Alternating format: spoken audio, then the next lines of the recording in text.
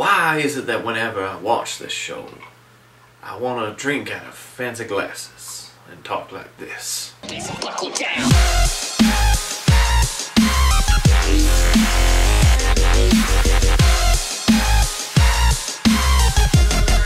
I've been looking forward to the season for quite some time. I love how the second season ended, and I loved how the season ended off as a cliffhanger in comparison to how the first season ended. And the third season certainly does deliver, but possibly not as impactful as you would think it would be.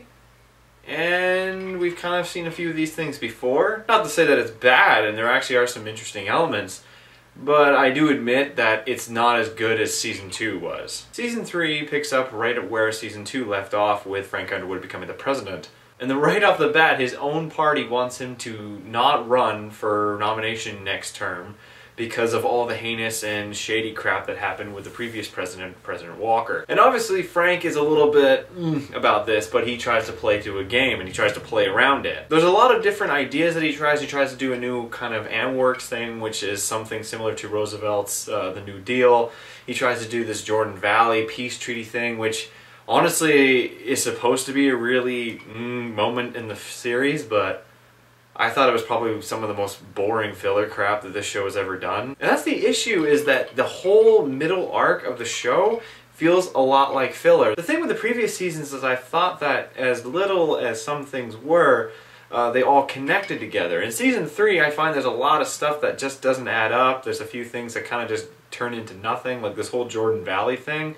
Like, it has something to do between Claire and Frank, but for something so major to happen, to make this small little impact on the show, when the season was over I was left wondering, what the hell was that Jordan Valley stuff about anyway? The things I did like about the show were Doug Stamper. I really liked his character arc. I really liked this writer character that Frank meets that starts to write his own story. His interactions are very interesting because they're kind of in-depth, and it borders on the line between how much can Frank tell. He kind of gets to see a different side of this character that we've never seen, this one who we've been through for 3 seasons. Yates actually brings out a different side of him. The only issue I really have is Robin Wright's character of Claire. I kind of felt let down with this season. Claire is one of my favorite characters on the show. If not, sometimes she's more of my favorite character than Frank is. Sure, some of the things she did in the earlier seasons may have not mattered to you, or you thought they were kind of pointless, but I liked what they did and what they represented to her character. I liked that she was a woman who could stand on her own,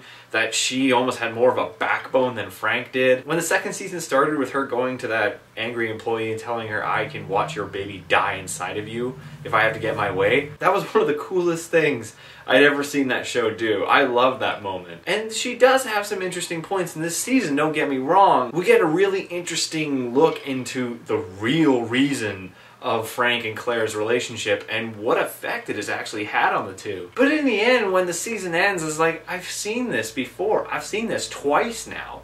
So it doesn't really bother me so much. When you watch it, you'll understand, but you're just gonna be like, I've seen this before. There's nothing new here. And then how it ends, you know what?